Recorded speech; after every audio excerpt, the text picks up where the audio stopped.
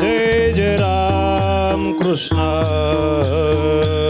हरी, जय राम कृष्ण हरी, जय जय राम कृष्ण हरी, जय जय राम कृष्ण हरी, जय जय राम कृष्ण हरी, जय राम कृष्ण हरी, जय जय राम कृष्ण हरी,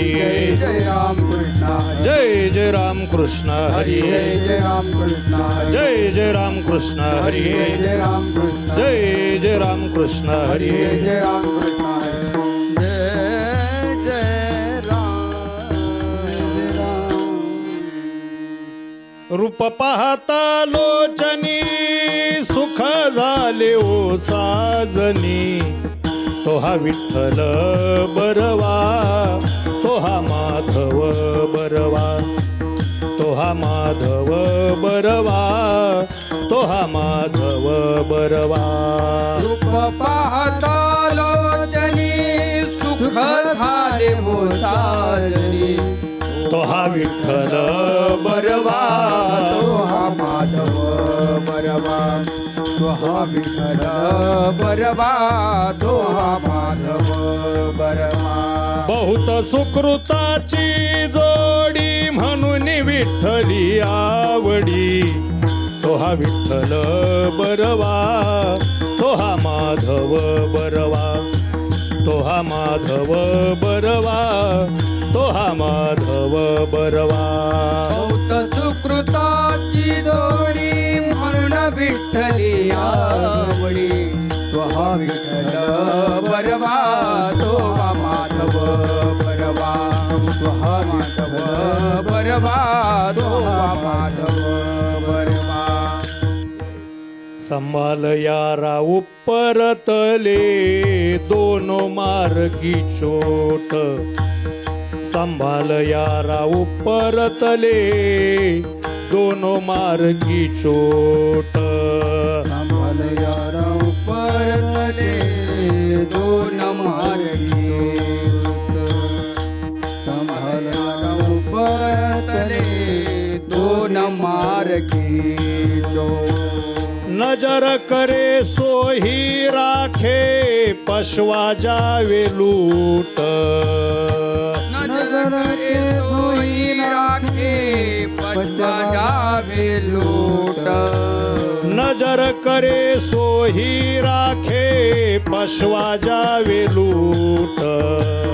नजर करे सोई राखे पछवा जावे लूट. प्यार खुदाई प्यार खुदाई प्यार खुदाई, प्यार खुदाई प्यार खुदाई प्यार खुदाई. प्यार खुदाई प्यार खुदाई प्यार खुदाई, प्यार खुदाई प्यार खुदाई प्यार खुदाई. प्यार खुदाई रे बाबा जिकीर खुदाई, प्यार खुदाई रे बाबा जिकिर खुदाई.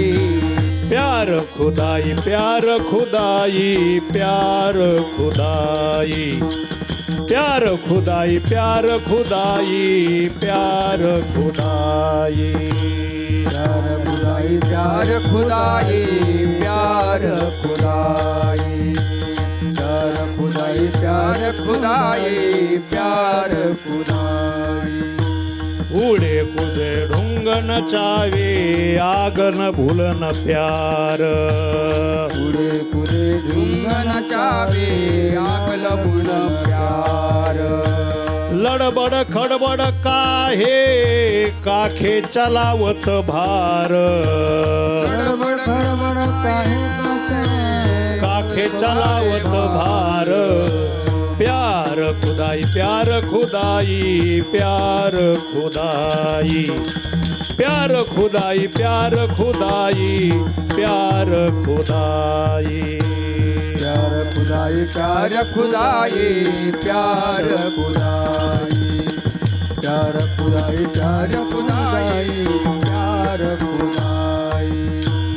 कहे तुका सुनो ये का हम जिन्हों के साथ कही तुका चलो जिनके साथ कहे तुका सुनो ये का हम जिन्हों के साथ कही तुका सुनो ये का जिनों के साथ मिलाओ तो उसे देना तो ही चढ़ावे हाथ लाव तो चले देना तुम हाथ प्यार खुदाई प्यार खुदाई प्यार खुदाई प्यार खुदाई प्यार खुदाई प्यार खुदाई प्यार खुदाई प्यार खुदाई प्यार खुदाई प्यार खुदाई प्यार खुदाई प्यार खुदाई विठाला विठाला विठ्ठल विठ्ठल विठ्ठल विठ्ठल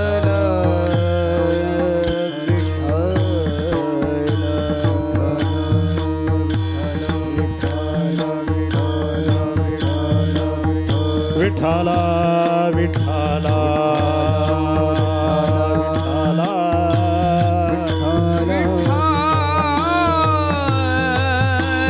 विठाला विठाला कुंडली कवरदा हरी विठ्ठल श्री ज्ञानदेव पंढरीनाथ भगवान की जय ज्ञानेश्वर महाराज जगद्गुरु तुकाराम महाराज की जय विठाला विठाला विठ्ठल विठ्ठल कुंडली कवरदा हरी विठ्ठल श्री ज्ञानदेव माऊली ज्ञानेश्वर जगद्गुरु तुकाराम महाराज की जगत नारायण महाराज की विठाला विठ्ठल विठ्ठल विठ्ठल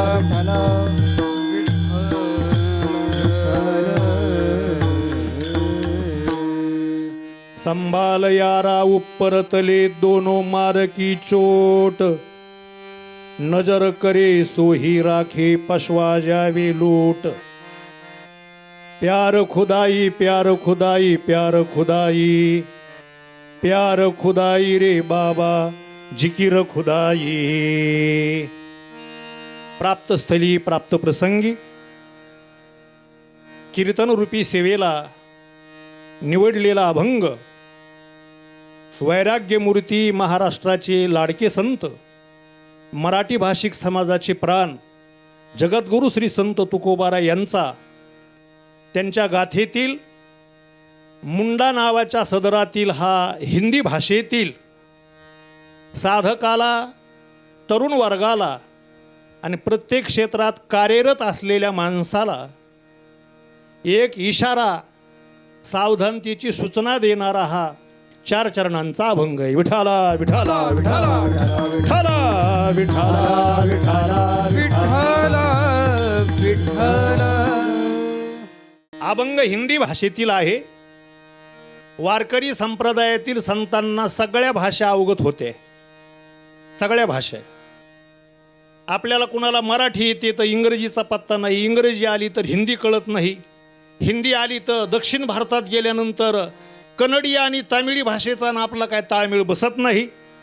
पण एका प्रमाणात सांगतो, नामदेव महाराज म्हणले 56 भाषेचा केला से गौरव,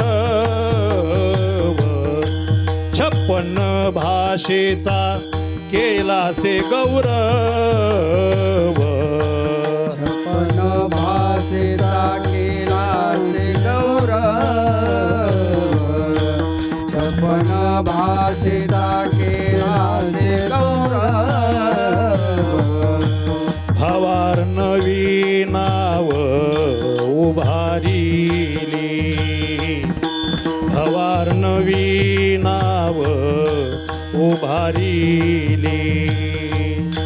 उभारिली उभारिली उभारिली गीतालंकार नाम ज्ञानेश्वरी गीतालंकार नाम ज्ञानेश्वरी अलंकार नाव ज्ञानेश्वरी गीतालंकार नाम ज्ञानेश्वरी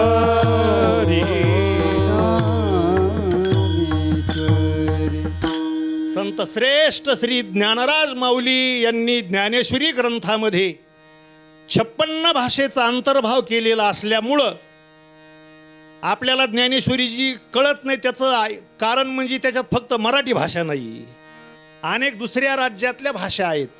ढोबळमानाने नामदेव महाराजांनी 56 भाषा त्यांना येत होत्या, त्या ज्ञानेश्वरीत सांगितल्या.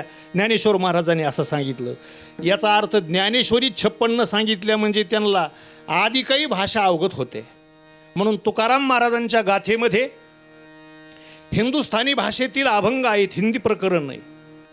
आणि त्याच्यातच मुंडा नावाच्या सदरातील हा एक सावधानतेचा इशारा देणारा हा हिंदी भाषेतील अभंग घेतलेला आहे. अभंग हिंदी भाषेतला आहे, पण अर्थ मराठीत सांगायचा आहे. म्हणायला अवघड अभंग आहे, अर्थाला अवघड आहे. परंतु कधीतरी ज्या साधू संतांच्या वाङ्मयावरती कधी प्रकाश पडत नाही, त्याचा सुद्धा कधीतरी विचार व्हावा. विठाला विठाला विठाला विठाला विठाला विठाला विठाला. आणि संभाल यारा उपर तले दोनो मार की चोट. तुकाराम महाराज या अभंगातून तुमच्या आमच्या बरोबर मित्रत्वाचं नातं जोडून तुम्हाला आम्हाला सल्ला देतात, सावधान करतात. यारा म्हणजे दोस्ता, मित्र असा अर्थ. यार नाहीत का म्हणत काय चाललंय यार, यार मित्राला म्हणतात. मग मित्रत्वाच्या नात्यातून ते तुम्हा आम्हाला उपदेश करतात. कारण मित्राचं नातं असं आहे जे नातं रक्तातलं नाही. चुलत भाऊ, बहीण, सख्खा भाऊ, मावशी हे सगळे आपल्या रक्त संबंधाचे नाते आहेत. पण मित्राचं नातं असं आहे की ते तुमच्या रक्त संबंधातलंच असेल असं नाही, तो तुमच्या नात्यातलाच असेल असं नाही, तो तुमच्या धर्मातलाच असेल असं नाही, तो तुमच्या जातीतलाच असेल असं नाही, तो तुमच्या समवयीन आहे असेल असंही काही नाही. फार म्हातारी माणसाचे काय काय लहान लहान मुलं मित्र येतं. म्हणून फार जवळचं नातं हे मित्राचं नातं असतं. विठाला विठाला विठाला विठाला विठाला.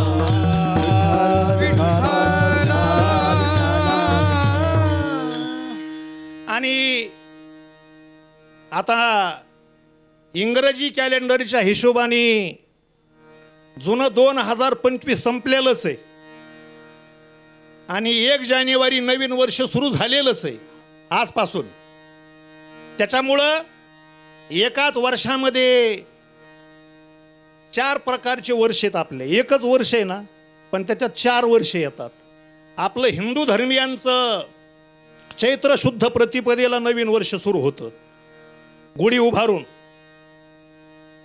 आणि जागतिक स्तरावरती जरी आपण नाकारलं तरी इंग्रजी भाषेचं प्राबल्यच आहे.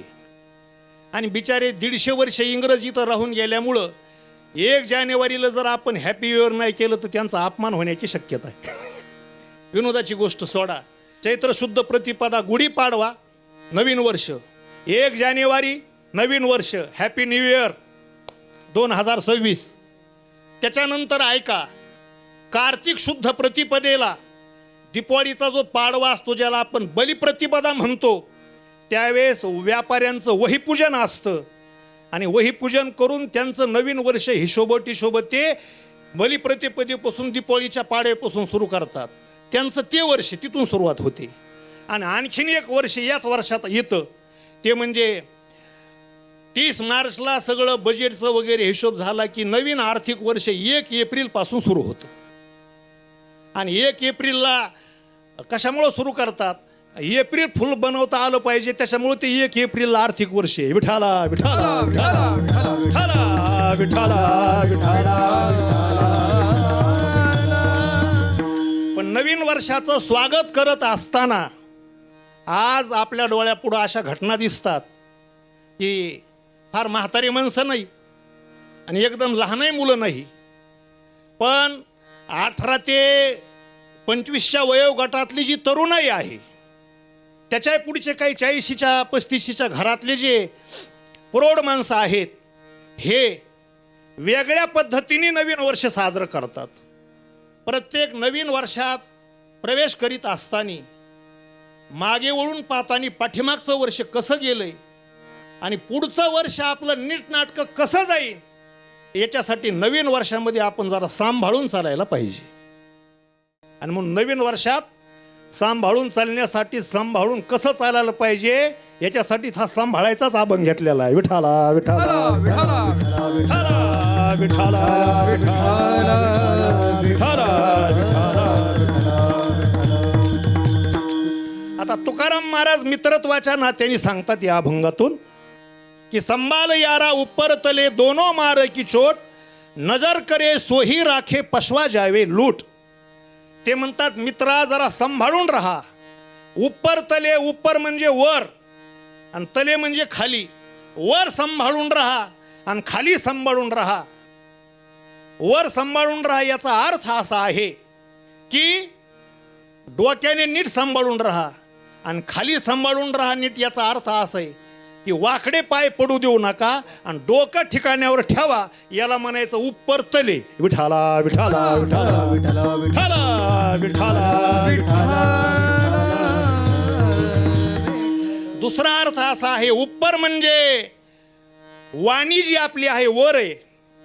एक तर वाणी सांभाळून वापरा आणि दुसरी गोष्ट उपस्थ इंद्रिये म्हणजे जिव्हा आणि शिष्णये हे दोन इंद्रिय सांभाळून जो कलियुगात वागला त्यांनी जग जिंकल्या जमाय राजा हो. या दोन गोष्टी ज्यांनी सांभाळले. म्हणून मित्रत्वाच्या नात्याने तुकाराम महाराज सांगतात. आता राज्यशास्त्राचा जनक अरिस्टॉटलनं मैत्रीचे 2-3 प्रकार केलेले आहेत. कोणते प्रकार केलेले आहेत तर जगामध्ये स्वार्थासाठी मैत्री करणारे भरपूर लोक आहेत. स्वार्थासाठी तुमचा खिसा गरम तोवर तुमच्या खांद्यावर हात टाकणार, पाठीमागून गाडीवर बसणार, दुसऱ्याला असा हात करणार, त्याच्या पैशातून मौज मजा मारणार. पण ज्याच्या जीवावरती हा मौज मजा मारतो त्याचं जर कधी दिवाळं निघलं तर त्याला मदत करण्याऐवजी हा फोन स्विच ऑफ करून त्याची भेटसुद्धा घेत नाही. असे स्वार्थी जे मित्र आहेत, अरिस्टॉटलनं सांगितलं त्या मित्राला काय म्हणतात तर त्याला म्हणतात फ्रेंडशिप फॉर प्रॉफिट, स्वार्थासाठी मैत्री. दुसरा प्रकार अरिस्टॉटलनं सांगितला फ्रेंडशिप फॉर प्रिन्सिपल. तर काही काहीची जी मैत्री आहे तत्वासाठी त्यांची मैत्री झालेली असते. प्रिन्सिपल म्हणजे तत्व, म्हणून फ्रेंडशिप फॉर प्रिन्सिपल. आणि तिसरा प्रकार आहे त्याच्यात तत्व वगैरे काही नसतं, त्याच्यामध्ये स्वार्थही नसतो, फक्त प्रेमासाठी जी मैत्री केली जाते ही जगतातली सर्वोत्कृष्ट मैत्री आहे. म्हणून त्या मैत्रीला म्हणतात फ्रेंडशिप फॉर लव. विठाला विठाला विठाला विठाला विठाला विठाला विठाला. तसं तर आपलं वैयक्तिक जीवन जगत असताना आपल्याला शत्रूच नसावेत, असावेत ते सगळे मित्रच असावेत. तुकाराम महाराज म्हणले जनमित्र होई सकळांचा, जनमित्र होई सकळांचा, अशुभ न बोलावी वाचा, अशुभ न बोलावी वाचा, संग न करावा दुर्जनांचा, संगन करावा दुर्जनाचा,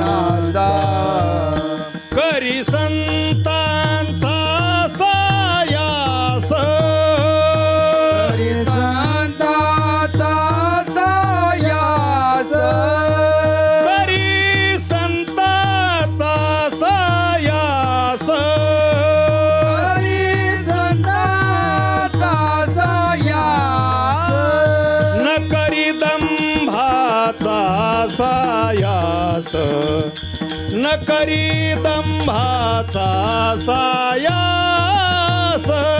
करी रामाचा सायास, न करी रामाचा सायास.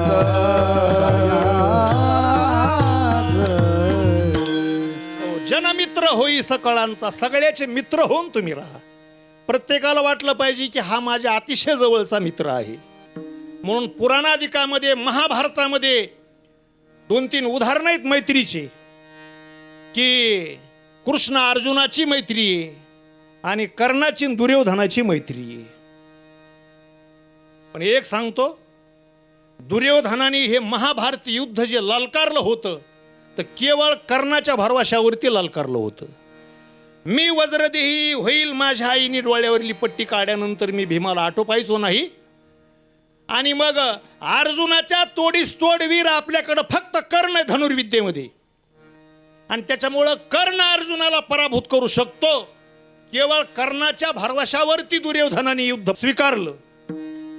पण ज्यावेळेस खरं युद्ध सुरू होणार आहे त्याच्या अगोदर कृष्ण परमात्म्याने गुपचूप कर्णाला आपल्या रथात बसून नेलं आणि सांगितलं, कर्णा जरा विचार कर, हे सगळं कौरव पांडवाचं युद्ध चाललंय. म्हणले हो चाललंय देवा वासुदेवा. अरे पण तू राधे नाहीस, तू कौंते आहेस. धर्मापेक्षा तू कुंतीचा सूर्याच्या मंत्रापासून झालेला मुलगा आहेस. मी पांडवाला तुझ्या पाया पडा लावतो, तुला हस्तिनापूरचा राजा करतो, आणखीन हे युद्ध टळू शकतं. मग कर्णाला हे देवानी सांगितलं, कर्णाला हे कुंती मातेने सांगितलं, आणि कर्णाला हे पितामह भीष्माचार्यांनी सांगितलं. तर हस्तिनापूरची गादी मिळत असताना सुद्धा कर्ण म्हणला, दुर्योधनाने माझ्यावर विश्वास टाकलेला आहे, मी तुमच्या वाक्याला बळी पडून राजा होऊ शकतो, पण माझ्या नावाने काळा कुट्ट इतिहास लिहिला जाईल. गादीसाठी मित्रत्वाच्या नात्याला ह्या कर्णाने डाग लावला, म्हणून माझा रणांगणात बळी गेला तरी हरकत नाही, पण मैत्रीच्या नात्याला मी खाली बघू देणार नाही. म्हणून मरण आणि पराभव पुढे दिसत असताना सुद्धा मैत्री जगात कुणी निभावली तर ती कर्णाने निभावली. विठाला विठाला विठाला विठाला विठाला विठाला विठाला विठाला विठाला. आणि कृष्ण परमात्मा आणि अर्जुन मित्र होते, मेहुणे होते, देवभक्तही होते, गुरु शिष्यही होते. पण अर्जुनाने नवविध भक्तीपैकी सख्यम आत्मनिवेदनम, सख्य भक्ती नावाची भक्ती केली. आणि पण ही आदर्श मित्राची जोडी आहे. मित्र म्हणल्यानंतर देणं घेणं असतं. सुभाषित सांगतो तुम्हाला, ददाती प्रतिगृह्णाती गुह्यमाख्याती पृच्छती भुंक्ते भोजयते चैवम षडविध प्रीती लक्षणम. ददाती प्रतिगृह्णाती, मित्र आहे म्हणल्यानंतर मित्राला लागल्यावर 10-5 रुपये द्यावाही लागतात आणि वेळ पडल्यावर त्याच्याकडून घ्यावाही लागतात. तर काय कायला फक्त घ्यायचंच माहिती, द्यायचं नाही. देणं घेणं असतं. ददाती प्रतिगृह्णाती, मित्र म्हणल्यानंतर गुह्यमाख्याती पृच्छती, गुह्य सांगावं लागतं आपल्या मनातलं, अंतकरणातलं दुःख हक्काच्या मित्रापाशी शेअर केल्याशिवाय ह्या काळजावरला हृदयावरला भार कमी होत नाही राजा हो. म्हणून मित्र दुःख सुख दुःख वाटून घेण्यासाठी असतो. म्हणून गुह्यमाख्याती पृच्छती, गुह्य सांगणे आणि त्याचं गुह्य विचारणे. आणि ह्या 4 गोष्टी झाल्या. आणि भुंक्ते भोजयते चैवम षडविध प्रीती लक्षणम. मित्र म्हणल्यानंतर त्याच्याकडे जेवावं लागतं आणि वेळ आल्यावर त्याला जेवही घालावं लागतं. विठाला विठाला विठाला विठाला विठाला विठाला विठाला. काय काय लोक विनोदाने सांगतात, जगात खरी मैत्री पाण्याची आणि दुधाची. महाराज कुणाची? पाणी आणि दूध यांच्यासारखी मैत्री कुणाचीच नाही. कारण आपल्याकडं दूध जे विकायला येतं तर ते धार काढल्यानंतर गाईच्या म्हशीच्या काशीतून निघतं, जशाला तसं ते येत नाही. त्याच्यात बरंच पाणी टाकावं लागतं. आता किती टाकावं लागतं ते ज्याच्या त्याच्या भागावरती अवलंबून आहे. पण आमच्याकडे एक दूधवाला रोज सकाळी 7 वाजता यायचा. तर एके दिवशी तो सकाळी 8 वाजता आला आणि त्याला म्हटलं का रे आज 1 तास उशीर का झाला? तो म्हणला धार पहाटे 5लाच काढली, पण नळाला पाणी उशिरा आल्यामुळं मला दूध आणायला उशीर झाला. म्हणजे ते पाणी दुधात टाकल्याशिवाय दुधाची विक्री नाही. मग दुधात पाणी टाकलं.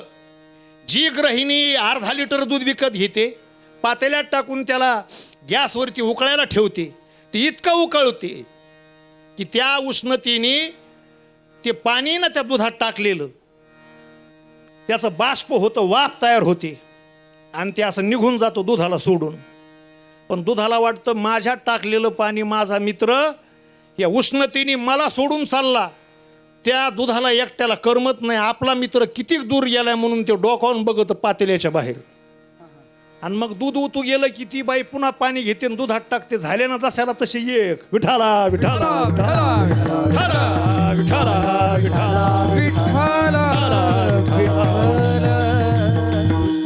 मित्राची काळजी घेतल्या जाते.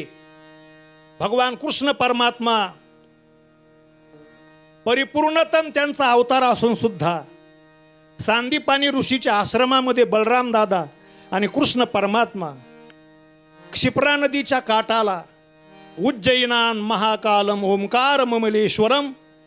महाकाल जिथं उज्जैनला आहे एक ज्योतिर्लिंग, तिथं क्षिप्रा नदीच्या काठाला सांदीपानी ऋषीच्या आश्रमामध्ये गुरुकडून विद्या शिकण्यासाठी हे बलराम दादा कृष्ण परमात्मा गेले. तर गुजरातमध्ये समुद्राच्या काठाला पोरबंदर नावाचं ठिकाण आहे. त्या ठिकाणचे सुदामदेव नावाचे एक शिष्य ते सुद्धा तिथं शिकायला आले होते. आणि गोष्ट काय झाली जरा ऐका. गोष्ट अशी झाली की त्याच परिसरामध्ये एक गरीब ब्राह्मणाची स्त्री राहत होती. घरी 18-20 दारिद्र्य, 4-2 लेकरं, खायला नाही, नीट कपडे लिहायला नाहीत. 8 दिवस झालं लेकरं भुकेनी तडफडतायत. काय करावं पंचायत आहे. कारण जगामध्ये गरिबीसारखं दुःख नाही आणि सत्संगासारखं सुख नाही. विठाला विठाला विठाला विठाला विठाला विठाला विठाला विठाला. पण एक मांगलिक कार्यक्रम असल्यामुळं त्या स्त्रीला एका श्रीमंताच्या बाईने सुवासीन म्हणून ठेवलं आणि हळदी कुंकू लावलं, जेवू घातलं आणि ओटी भरण्याची पद्धत आहे ना. तर ओटी भरताना त्या स्त्रीने काय दिलं माहिती आहे तुम्हाला? 2 ओंजळी हरभरे या ब्राह्मण स्त्रीच्या ओटीत टाकली. तिला वाटलं मी जेवले पण घरी माझे लेकरं बाळ उपाशीत. 8 दिवस झालं त्यांनी काय खाल्लं नाही. हरभरे तिने आणले आणि घरी आणून हरभरे तिने भिजू टाकली. आणि हरभरे भिजू टाकल्यानंतर संध्याकाळी निचपीत झोपली. म्हणली आता सकाळच्याला याची हुसळ करून द्यायची, याची मिसळ करून द्यायची मुलांना आपल्या. पण त्या भागामध्ये चोर आले आणि त्यांना कुठंच काय सापडलं नाही. यांचं घर फोडलं त्या चोरांनी. तिथंही काही नव्हतंच, पण एक गाठोडं बांधून ठेवलं म्हणजे याच्यात नक्की मोहरा काही असते ना असं चोराला वाटलं. चोराला काही वाटू शकतं. आणि ते हरभरे घेऊन, भिजविलेले हरभरे घेऊन एक चोर पळाला. चाहूल लागल्यानंतर स्त्री मागं पळायली. अरे म्हणली माझ्या लेकरा बाळाने 8 दिवस झालं काही खाल्लं नाही. अरे ते भुकेने तडफडतायत. आणि तो चोर गाठलाच नाही. पण तिने तळतळून हळूहळू असा शाप दिला, माझ्या लेकराच्या मुखात हे हरभरे जाणार होते भिजविलेले. हे जो कोणी खाईल त्याला इतका दारिद्र्य प्राप्त होईल की त्या दारिद्र्याला दुःखाला पारावर राहायचा नाही. आणि मग हे चोर ते हरभरे घेऊन पुढं पळत असताना राजाचे शिपाई तिकडून आले आणि हे चोर घाबरले आणि सांदीपानी ऋषीच्या आश्रमामध्ये यांनी भिजवलेले हरभरे फेकून दिले, ती गाठोडं बांधलेलं. आणि सकाळी उठल्यानंतर सांदीपानी ऋषींनी सगळ्या विद्यार्थ्याला समिधा आणायला सांगितलं आणि समिधा आणण्यासाठी हे सगळे चालले. तर भिजवलेल्या हरभऱ्याचं जे गाठोडं होतं ते सुदामदेवाने उचललं. आता सुदामदेव म्हणजे सगळं शिकलेले होते आणि त्रिकाल ज्ञान त्यांना होतं. ते म्हणले हे हरभरे बाकीच्यानी जर कुणी खाल्ली तर त्या ब्राह्मण स्त्रीचा तळतळाट हळहळाट याचा शाप त्यांना लागन, म्हणून त्यांनी ते आपल्यापाशी ठेवले सुदामदेवांनी. आणि ज्यावेळेस अरण्यात गेले, अतिवृष्टी झाली आणि खाली इकडं तिकडं पाणी व्हायला लागल्यामुळं झाडावरती या फांदीवर देव, त्या फांदीवर बलराम दादा सुदामदेव होते. तर सुदामदेवाने एकट्याने हरभरी चोरून खाल्ली. त्यांचा देवावर इतका जीव होता कन्हैयावरती, मित्राला सोडून खाणं पाप आहे. आणि एकट्याने चोरून खाल्ल्यानंतर काय होतं हे सुद्धा त्यांना माहीत होतं. कारण भागवतकार सांगतात, दुःशिलो मातृदोषेन पितृदोषेन मूर्खता कार्पण्य वंशदोषेन आत्मदोषात दरिद्रती. वाईट मुलगा निघाला की त्याला कारण आई आहे, आणि मूर्ख मुलगा निघाला की त्याला कारण वडील आहेत. एखादा मुलगा अतिशय कंजूस चिकट जन्माला येतो की कधी तो जिवंत तोपर्यंत 10-5 लोकांना जीव घालायचाच नाही, त्याच्या 10व्यालाच लोक 10-5 जेवले तर जेवले डायरेक्ट. असे काही काही माणसं असतात कंजूस. तर असे माणसं असतात त्याचं कारण आहे ते घराण्याचं पाप असतं. आणि एखाद्याच्या वाट्याला जी गरिबी येते तर गरिबी आपल्या वाट्याला येण्याला ते आपलंच पाप असतं. कुणाला आरोपित करायचं नाही त्या बाबतीत. आत्मदोषात दरिद्रती. त्याच्यात एकट्याने चोरून खाल्ल्याने एक माणसाला गरिबी येते. माझ्या कन्हैयाला आणि माझ्या बलराम दादाला सोडून मी हरभरी खायला लागलो, हा अधर्मच घडायला लागलाय. पण का चोरून खाल्लं सुदामदेवानी? म्हणले या हरभऱ्याच्या पाठीमागं त्या ब्राह्मण स्त्रीचा तळतळाट आहे, हळहळाट आहे. हे हरभरे जो खाईन त्याच्या गरिबीला आणि दुःखाला पारावार राहणार नाही.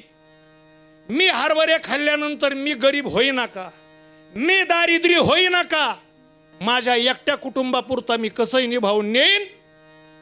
पण जगाचा मालक माझा कन्हैया, सगळ्याचं भरण पोषण करणारा, त्यांनी जरी हे भिजवलेले हरभरे खाल्ले तर जगाला कोण जगविल म्हणून देवाच्या वाट्याकडे हा शाप जाऊ द्यायचा नाही.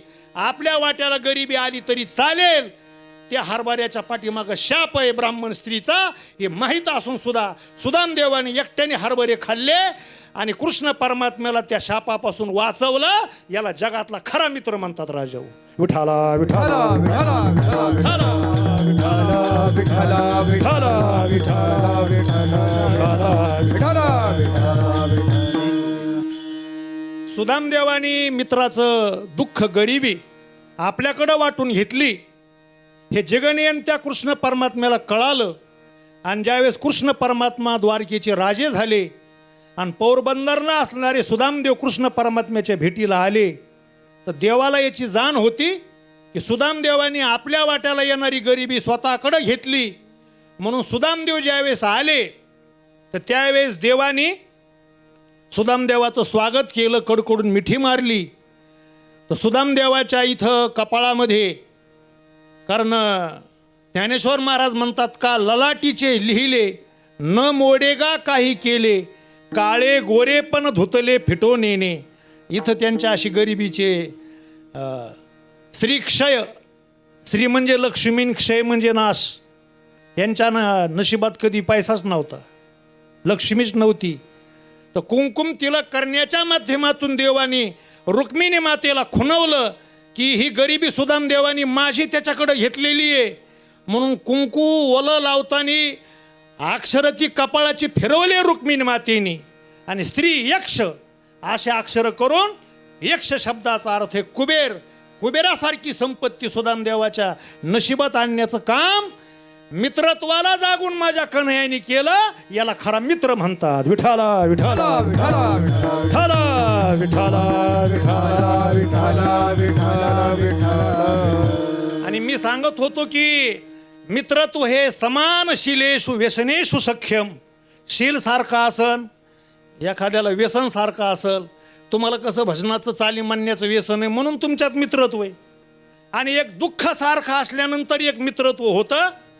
परशुरामचंद्राची ही पत्नी रावणाने चोरून नेली आणि सुग्रीवाची पत्नी वालीली नेली. मग दोघाच्या बायका चोरून नेलेल्या होत्या म्हणून सुग्रीवाची आणि रामाची मैत्री का बनली? कारण त्यांचं दुःख एक होतं. विठाला विठाला विठाला विठाला विठाला विठाला.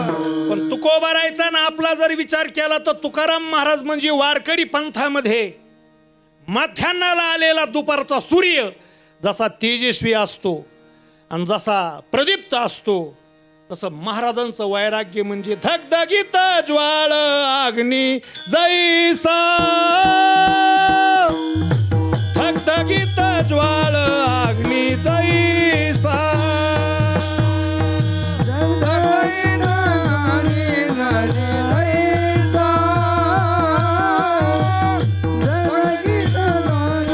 अग्नी जैसा विवेकासहित वैराग्याचे बळ धगधगीत ज्वाळ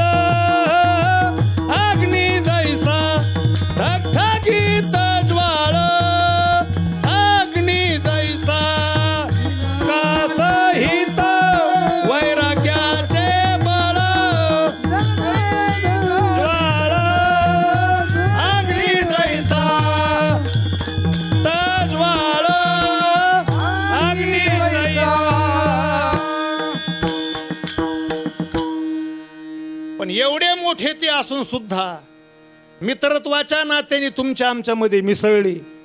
आणि एक समीकरण सूत्र सांगतो, लहान्यातून मोठं होणं त्याला कष्ट येतं, पण मोठ्यातून लहान्यात मिसळणं याच्यासारखं जगात मोठे पण नाही राजा. मग तुकोबाराय मोठ्यातले मोठे संत, पण एकदम छोट्यातल्या छोट्या तुमच्या आमच्याला ते यारा मित्र म्हणतात. आणि काय ही तरुणाईला उपदेश आहे तुकाराम महाराजांचा, इशारा आहे. आज भारत देशासारखी महासत्ता बनण्यासाठी अनुकूल परिस्थिती कोणत्याच देशाला नाही. कारण देशाच्या दोन्ही तिन्ही बाजूला समुद्र किनारपट्टी आहे, एका बाजूला हिंदी महासागर आहे, दक्षिणेला पश्चिमेला अरबी समुद्र आहे, पूर्वेला बंगालचा उपसागर आहे. गंगा, यमुना, गोदावरी, पंचगंगा यासारख्या, नर्मदेसारख्या पवित्र नद्या या देशातून वाहतात. त्यानंतर साधू संतांचं मार्गदर्शन आहे.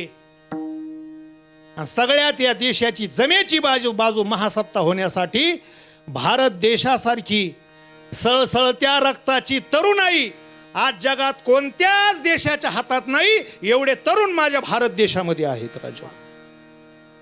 पण एक गोष्ट आहे, ज्या तरुणाईनी महासत्ता देश बनवण्यासाठी रात्रंदिवस कष्ट करायला पाहिजेत, ज्यांनी देशाच्या प्रगतीला हात लावायला पाहिजे, ज्यांनी कुणी वैज्ञानिक सायंटिस्ट आणखीन काही काही बनायला पाहिजे, आज माझ्या देशातली तरुणाई नवीन वर्षाच्या स्वागताच्या निमित्ताने दारूच्या आणि व्यसनाच्या आहारी झुलत झुलत पडलेली पाहिल्यानंतर या अंतकरणाच्या ठिकऱ्या होतात राजा. हो विठाला विठाला विठाला विठाला विठाला विठाला विठाला विठाला विठाला.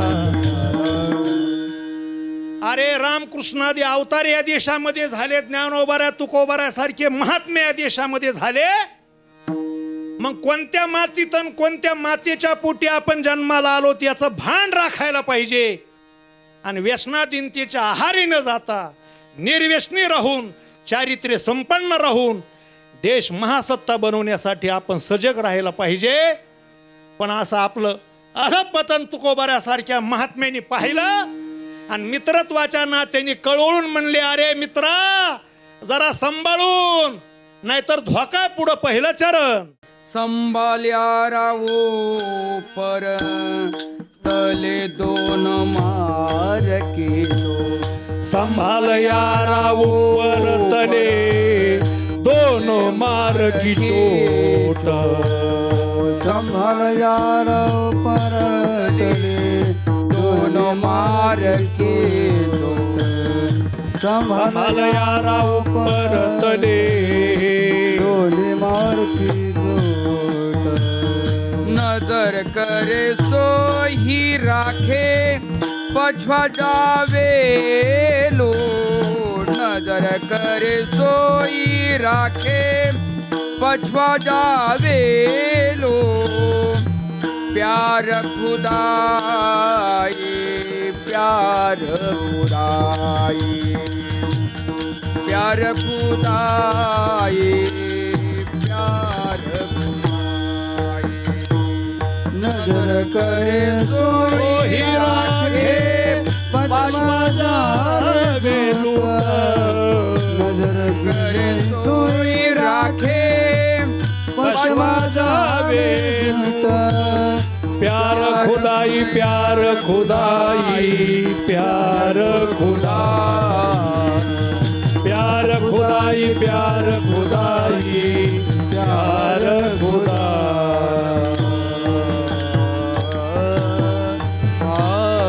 संभाल यारा ऊपर तले दोनों मार की चोट. दोन्ही बाजूनी सांभाळून राहा, नाही तर चोट लागन, तुला जखम होईल, तू डॅमेज होशील. म्हणून मित्रत्वाच्या नात्याने तुकाराम महाराजांनी आपल्याला हा इशारा दिलेला आहे. आपण वारकरी संप्रदायात आहोत, बऱ्याच जणाला सांभाळून राहण्याची गरज आहे. उपवर झालेल्या मुलीचं लग्न झालं आणि लग्न होऊन ती माहेर घरून सासरी जायला निघते, त्यावेळेस वाटा लावताना आई तिच्यापाशी येते, कडकडून मिठी मारते. आणि ढसढस रडून तिच्या डोक्यावरती पदर झाकते आणि म्हणते, बाई आता तू माहेर घरून सासर घरी चाललेलीस. इकाड्या माहेरचं मोठेपण तुझ्या वागण्यावरती अवलंबून आहे आणि सासरचंही मोठेपण तुझ्या वागण्यावरती अवलंबून आहे. जर चुकून तुझा वाकडा पाय पडला तर सासरकडूनही तुला चोट आहे, धोका आहे, आणि माहेराकडूनही धोका आहे. म्हणून मर्यादेने ती सांभाळून मुलगी राहते. तसं परमार्थात तुम्ही आलेले वारकरी, कीर्तनकारण, गायक, वादक म्हणजे सासूर वासनीचं जीवन आहे राजा. तुम्ही आम्ही साधक आहेत आणि आपल्याला पदोपदी सांभाळून राहण्याची गरज आहे. विठाला विठाला विठाला विठाला विठाला विठाला विठाला विठाला विठाला